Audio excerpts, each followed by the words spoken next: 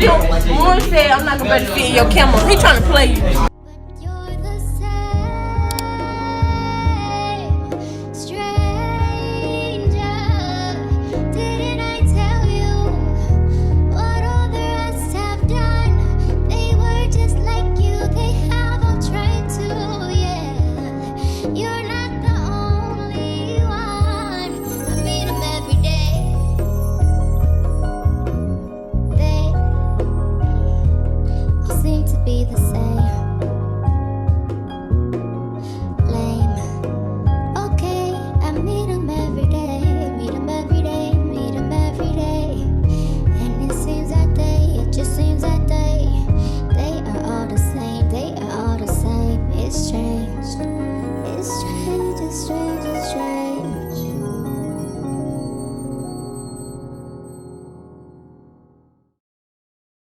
Hey y'all, it's Catherine and I'm back with another video on my channel. It's been, how long has it been? It's been since 2021. It's been a long time, y'all. I can't even lie. But what's up, y'all? My name is Catherine and I'm back with another video on my channel. So as you can tell by the title, I'm going to be doing a video talking about how I lost 600 pounds.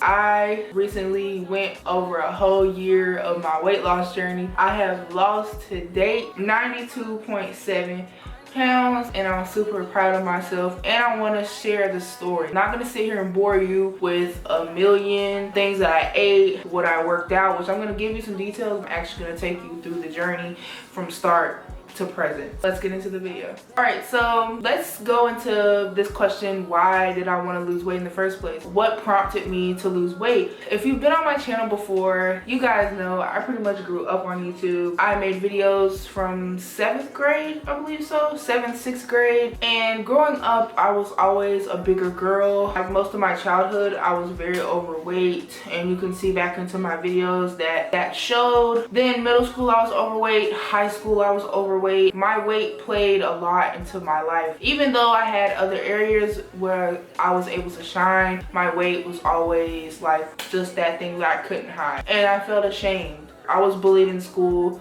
Of course, people did talk about my weight and it did have a big impact on my self-esteem. You know, I turned 18. I was still big. I was still over 300 pounds when I turned 18. But, you know, I was like, shit. But health really started to be a realization for me. People don't realize when you stay that big for a long time, your body is really just overworking itself. It's overcompensating with all the weight. So I'm glad I did take another step in another direction when I did. So when did I make the decision to start my weight loss? 2022 is when we're starting this story. I was getting ready to graduate high school. I was working at Dollar General. I was a damn shift manager, y'all. I was making my money because I had plans to move to Greenville in the fall because I had gotten accepted into Pitt Community for my nursing degree. So I was very excited. I was watching TikToks and I was watching all these people that were going on their weight loss journeys, and you know, I was like, okay, yeah. But then, you know, I decided one day, you know what, I think it's time like I start. You know when you say you're gonna start tomorrow? Like I really did it. I graduated in May 2022, super exciting, and shortly after that I started my journey. So I started my journey first was doing keto. So that leads us into the next part of the story. What did I do on my journey to first lose weight? So when I first started my journey, which was about June of 2022, I incorporated the diet called keto.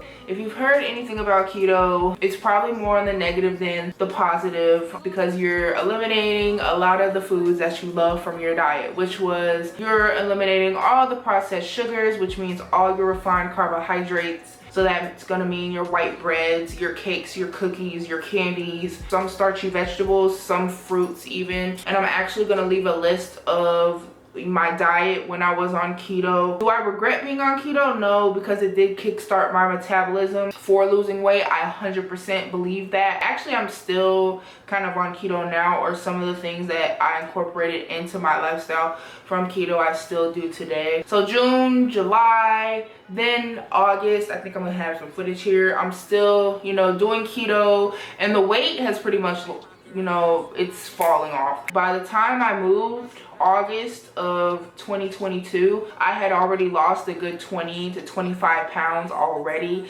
And mind you, I'd only done keto for a solid 2 months, which was crazy. Now keto, keep in mind you guys, is not meant to do full time or for the rest of your life. You do need carbs in your diet, and that's one of the things that I needed to learn and still am learning, because it was addictive, the weight loss. I knew if I did keto I was going to be able to lose weight. It's also good if you have PCOS, because when you have PCOS and you're on keto, it targets the blood sugar, like the high blood sugar in your blood. So when you're insulin resistant with PCOS, keto is really great because it won't raise your blood sugar, which won't make it harder for you to lose weight. And that's why I got so addicted to keto.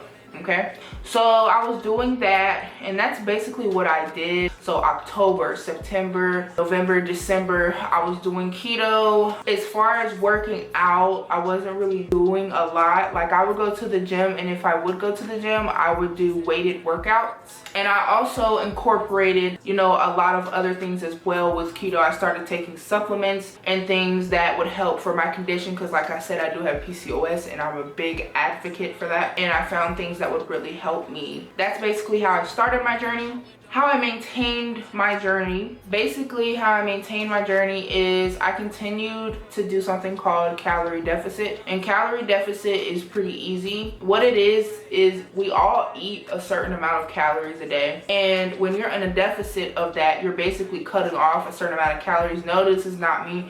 You need to eat 1,200 calories a day. And to be in deficit, you need to like cut off 500 and you eat like 500-600 calories a day.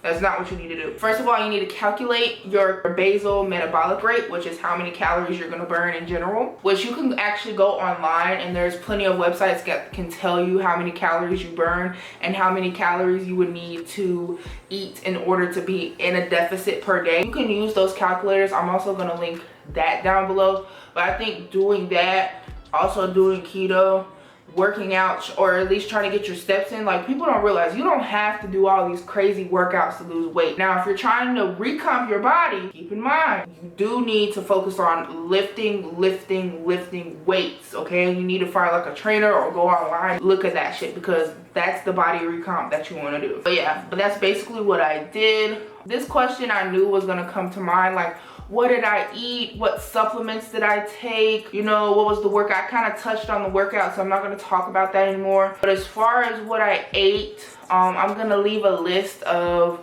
pretty much what I circulate to with eating, or my rules of eating. I'm not in keto anymore, but I still try to not go over 150 grams of carbs a day.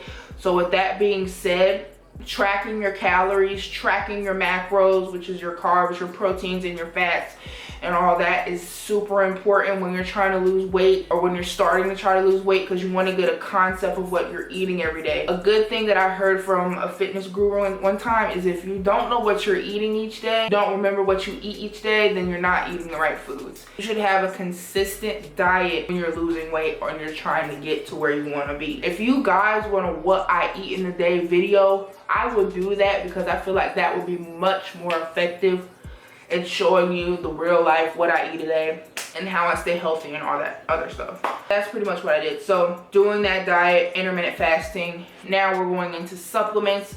Like, I would take sea moss for PCOS. I'm going to put my vitamin list down below because it was essential. Inositol, you need it. That is going to regulate your blood sugar levels, so you can be able to be in that position to lose the weight if you have PCOS. I will put my full list of all the supplements I took when I first started losing weight, and when I take all of the vitamins that I take now, and all my clothes. I'm so proud, y'all. I can go in any store and find the clothes that I want, the shoes that I want, and it's just been great. With all the positives, that's pretty much my journey. That's pretty much what happened. I want to tell you guys who are going into your weight loss journeys, you need to be careful and you need to take your time. it's about being healthy. It's not about being a certain size. I'm going through therapy now and I'm really talking with people, but I wanted to be transparent about the situation because it really did affect me. It can happen to you if you're trying to lose the weight. So you just need to be careful and you need to be kind to yourself. You know, you need to eat. As human beings, we do need to have food to survive. So I don't want you to feel guilty for eating.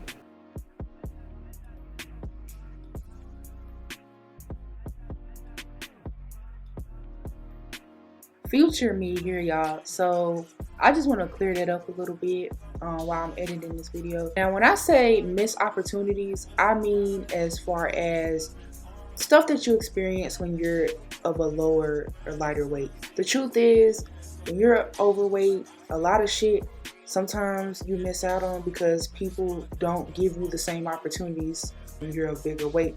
You are sometimes viewed or classified as very invisible, and if you've been overweight for an extended period of time, then you know exactly what I'm talking about. I also want to say that I missed a lot of opportunities to kick people in the ass because I let a lot of people walk over me and say whatever the fuck they wanted to say about me. I let myself down in so many aspects. So I also wanted to touch on that as well.